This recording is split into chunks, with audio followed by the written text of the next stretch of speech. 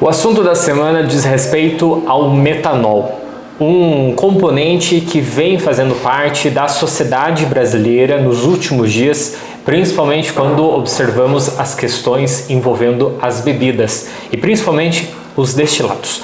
O metanol é o tema da RBV Entrevista desta sexta-feira e desta semana aqui na RBV Rádios em Videira. Por isso, a gente recebe aqui nos nossos estúdios o professor do curso de Engenharia Química do campus de Videira da UniOeste, que é a Universidade do Oeste de Santa Catarina, Rodrigo Jeremias. Professor, nos últimos dias a gente veio observando a questão do crescente número de casos envolvendo pessoas internadas, inclusive algumas mortes já registradas principalmente no estado de São Paulo, decorrente do metanol presente nas bebidas, principalmente nos destilados, que são altamente consumidos em todo o território brasileiro, seja em bares, festas ou dentro da própria residência. Isso acendeu um alerta para o consumo das bebidas e acendeu um alerta também para que a população e a sociedade conseguisse entender como que o metanol estava presente dentro dessas bebidas, desses destilados. O que a sociedade, o que a química mostra nesse momento que pode estar ocorrendo para que esse componente tão perigoso possa estar presente aí nesses destilados? Ótima pergunta. Primeiro, obrigado por estar aqui, né? A fermentação de frutas, né, transforma os açúcares em álcool, né, que é o álcool potável, que é o que a gente chama de álcool comum, né, que é o etanol. Mas na casca possui pectina e essa pectina pode transformar em metanol. Então, no vinho tinto, por exemplo, pode ter uma concentração baixíssima de metanol, que é próprio da produção do vinho, né? Agora, na bebida destilada, você usa lá o alambique e você concentra os álcoois, né? E daí, esse metanol pode aumentar a sua concentração e se tornar tóxico. Mas, né, o pessoal aí da nossa comunidade aí que faz graspa, né, e outras bebidas, eles já sabem que, como o metanol é um álcool mais leve e evapora mais fácil, a primeira fração, que eles chamam de cabeça geralmente, é retirada no processo de destilação e é descartada, porque a temperatura desse metanol, então, ela evapora, né, a 65 graus Celsius, né? Então quer dizer que é a primeira fração que é tirada do alambique e é descartada porque possui esse metanol.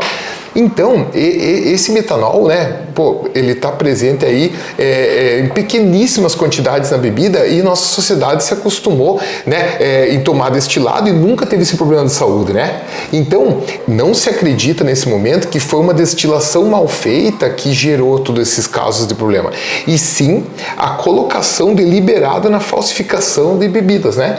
Então, foi adicionado lá o metanol na bebida por ser um álcool mais barato e por estar, né, presente, né, em alguns grupos criminosos, né, conforme a gente viu as notícias e tal. A questão das bebidas adulteradas e falsificadas é um problema na nossa sociedade, né, que a gente vem acompanhando ao passar dos anos e das décadas. A gente começou lá atrás, se a gente for voltar um pouquinho ao passado, a gente tinha principalmente o descaminho, né, envolvendo a falsificação de uísques, passamos para os vinhos, né, que aqui na nossa região a gente tem um grande número de situações envolvendo esse crime, e agora a gente observa essa questão em cima dos destilados, que pode estar aí sendo realizado em cima dessa questão, né, da falsificação e da colocação de outros ingredientes, inclusive o metanol em grandes quantidades. Isso vem sendo um problema para a nossa sociedade, né, essa questão da falsificação das bebidas.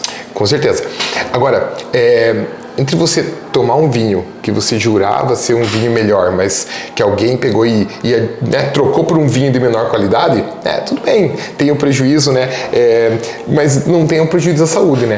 Mesma coisa, por exemplo, foram já, né, algumas gangues pegadas que trocavam, por exemplo, uma cerveja da marca A pela cerveja da marca B mais barata, assim, né. Tudo bem, isso não está pagando, você não está tomando cerveja que você pagou, mas é uma cerveja, né? O problema agora que ficou perigoso foi a presença do metanol, né? E o metanol, quando ele é ingerido, para começar, ele se dissolve muito bem na água e no próprio etanol, ou seja, ele não se separa em duas fases, ele não dá gosto diferente, não dá cheiro diferente, né? Então, às vezes, alguma pessoa falou assim, ó, será que tá, eu tô sentindo que tá diferente essa bebida, será que tá contaminada com metanol? Não tem como saber, né? Só pelos sentidos, né? Tem, claro, como fazer análise química para determinar, né? Mas pelo sentido ele é imperceptível. Mas uma pessoa comum, né? A gente consumidor, a gente não consegue diferenciar se uma bebida que não passou por esse processo, uma bebida que tem esse componente. Exato, né? Então, isso é perigoso também, né? Porque então não vai separar fases, não vai dar gosto diferente, cheiro diferente.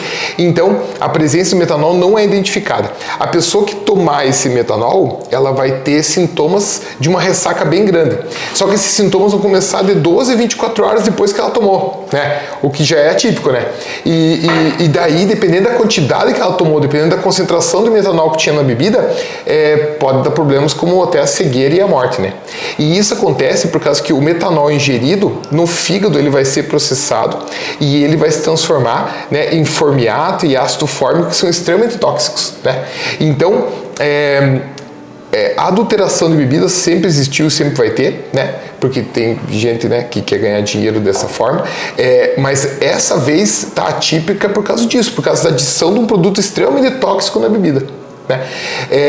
Para você ter uma ideia, esse mês em São Paulo já bateu o número, né, de pessoas contaminadas com metanol do ano passado inteiro. 20 e poucas pessoas, assim. Ou seja, é bem pouco comum esse tipo, né, de contaminação. E assim, ó, nos anos anteriores, a maior número de pessoas que eram contaminadas com metanol eram pessoas com situação de rua que acabavam tomando o álcool do posto de gasolina, né? O álcool combustível, né? O álcool hidratado. Esse álcool do posto de combustível ele não é potável, né? Então nele é possível ter metanol. E daí às vezes uma pessoa lá em condição de rua que tem algum vício etílico acabava, né, usando esse álcool aí de menor custo e acabava se contaminando com metanol. Era a maior quantidade de pessoas que nos anos anteriores, né, era por causa desse motivo. Nem por causa de gente que faz cachaça em casa, sabe? Por causa desse cuidado que se tem de extrair a fração, que é a cabeça, né, que eles chamam. Então acontecia bastante do álcool de posto gerar esse tipo de contaminação. E agora não. Agora, além de estar falsificando bebida, adulterando bebida, eles estão adulterando com produto tóxico, né? O que a gente impede que é uma coisa que não vai para frente, né? Por causa que vai gerar maior fiscalização, né? E vai gerar, tipo, um olhar da sociedade muito atenta para isso, né? E uma coisa que chama atenção, né, professor, é que em grande parte dos casos que foram registrados até agora, principalmente no estado de São Paulo, a gente já vem observando alguma outra situação ocorrendo em outros lugares, mas os casos estão muito centralizados ainda, né, em São Paulo, as situações envolvendo de que as pessoas que foram contaminadas ou que chegaram, né, à morte, elas fizeram esse consumo em locais conhecidos e em grande parte, até o momento que se saiba, oriundos de garrafas de bebidas que estavam, entre aspas, lacradas, estavam fechadas, estavam sendo comercializadas como se fossem bebidas normais, né? Isso, assim, coloca um alerta em cima dessa situação grave para a sociedade, né? E que acende alerta para todo mundo que faz o consumo dessas bebidas atualmente. Com certeza. E tocou num ponto bastante importante, porque imagine um grupo de amigos num bar badalado, com música, com bastante gente assim e tal, e daí resolvem pegar, por exemplo, uma garrafa de uísque, né, para tomar lá. Não vai ter nenhum entendido ali que vai poder verificar se a garrafa, a impressão, o código, né, o código de barra, tudo tá ok, para ver se é uma garrafa mesmo que o mapa deu seu aval e que foi, né, seguiu todos os trâmites legais. E daí entra bastante a responsabilidade do dono do estabelecimento, né? Que é o que compra essa bebida, né? E eu vi entrevista de um dono de um bar que foi fechado lá em São Paulo, que ele falou que o pessoal vinha no bar dele com caixas de bebida, oferecendo para vender essas bebidas, né? E por um preço abaixo do valor praticado no mercado, né? O que já é uma coisa que deve ser estranhado, né? Como a gente recebeu uma proposta no Instagram lá do material pela metade do preço, a gente tem que desconfiar, né? Então, tipo, esses donos de bar estavam comprando essas bebidas de fontes não rastreáveis e tal. Claro, nunca eles imaginaram que ia ter metanol na bebida, né? Mas assim, eles expuseram os clientes deles ao risco de tomar uma bebida sem uma procedência, né, legal. E agora tem um problema importante, sim, que se a bebida é feita numa fábrica, né, com registro e tal, toda essa produção ela é rastreável, né? Então aconteceu aquele caso da cervejaria Baker lá de Belo Horizonte, né, uns anos atrás e tal, onde o dietileno glicol lá vazou e matou pessoas, lembra lá? Rapidamente eles conseguiram pegar toda essa cerveja que foi produzida e estava nos mercados, nos bares e fazer né, um rastreamento, pegar esse material, né, fazer análise, bloquear o uso para que mais gente tome, né? Agora, quando o dono do bar compra bebidas, né, que não tem procedência, não tem nem como fazer o rastreamento, né? Ou seja, pode ser que muitos outros bares tenham lá no meio de um monte de garrafa uma garrafinha que tem metanol. Sim.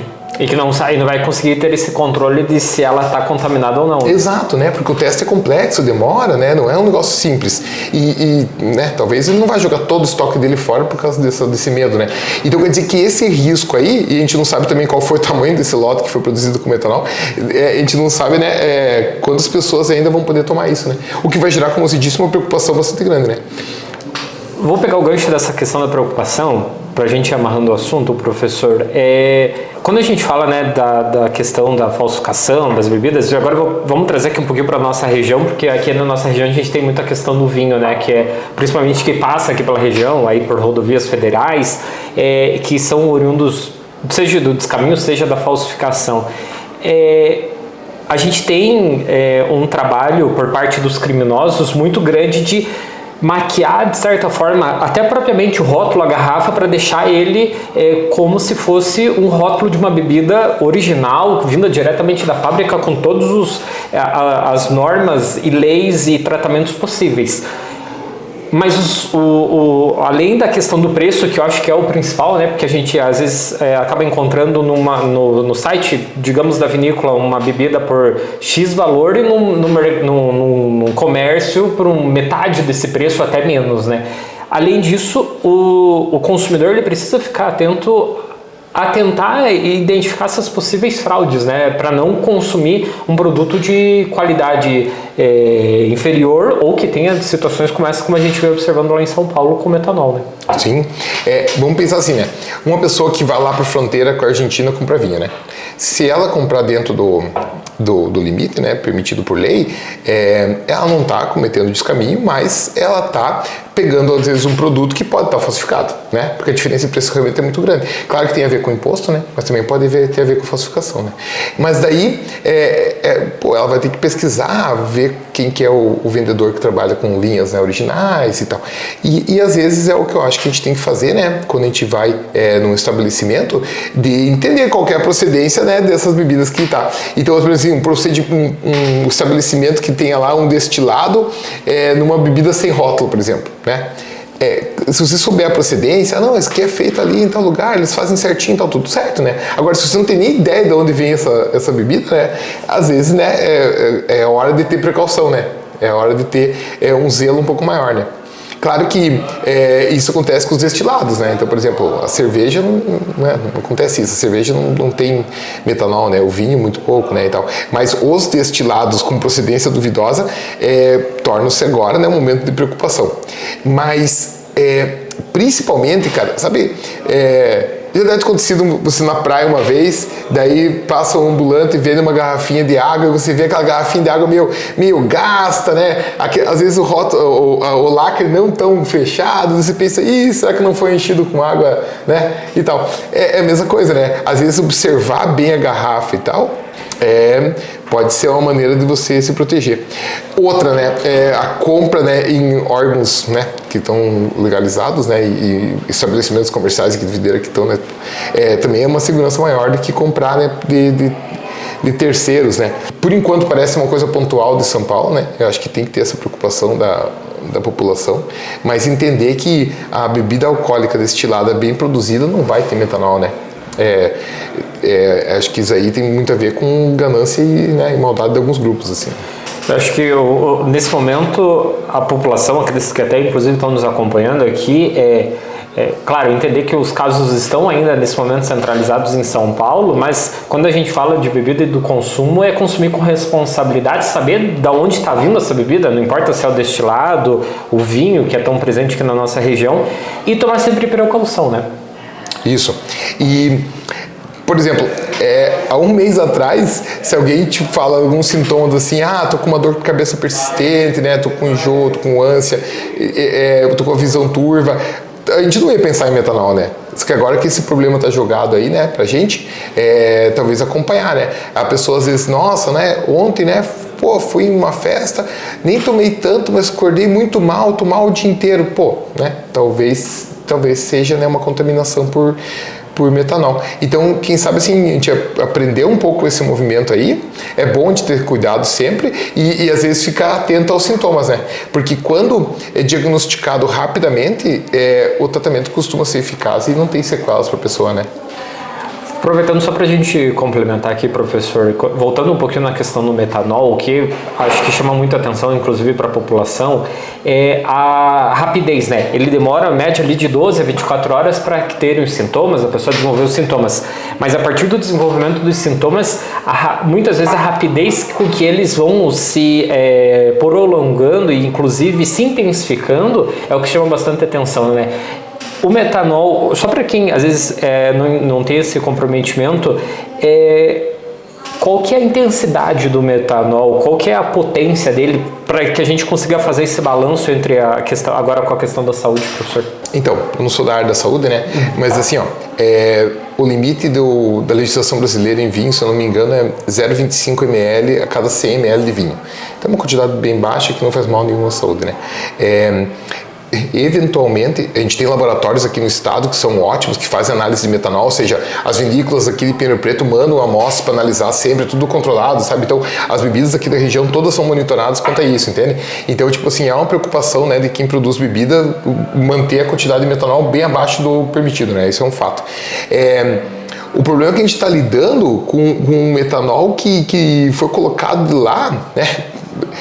Sem controle, ele não veio do processo, né, o que se sabe até agora, né, que ele foi adicionado, né, para aumentar volume, para aumentar rendimento, então ele foi, tipo assim, completado ali na bebida, então é uma concentração bastante grande, sabe, e daí, em concentrações altas como essa, daí os efeitos para a saúde são muito grandes, né, e para partir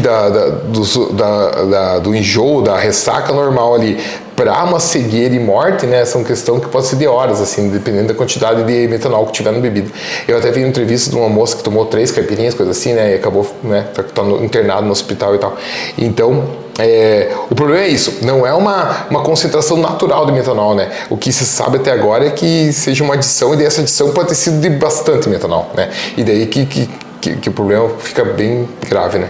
Com certeza. Professor, gostaria de agradecer a sua presença aqui nos nossos estúdios para a gente falar sobre isso, mas eu acho que o recado que fica nesse momento é aquilo que a gente já falou, né?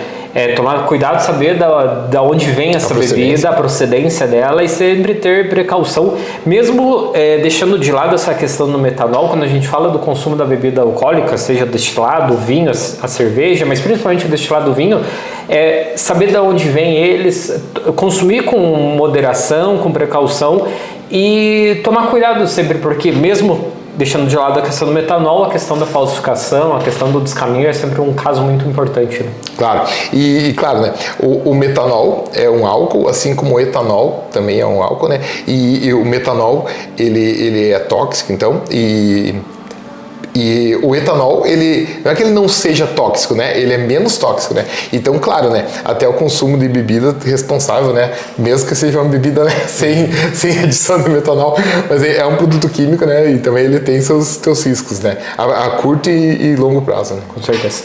Professor, muito obrigado novamente. Obrigado pelo convite, é muito bom falar de química, estou sempre à disposição. Hein? A você que nos acompanhou, essa entrevista completa, essa edição aqui do RBV Entrevista já está disponível no nosso canal no YouTube e também no Spotify. Confere lá, a gente se encontra novamente na próxima semana com mais um RBV Entrevista aqui na RBV Rádios em Videira. Até lá.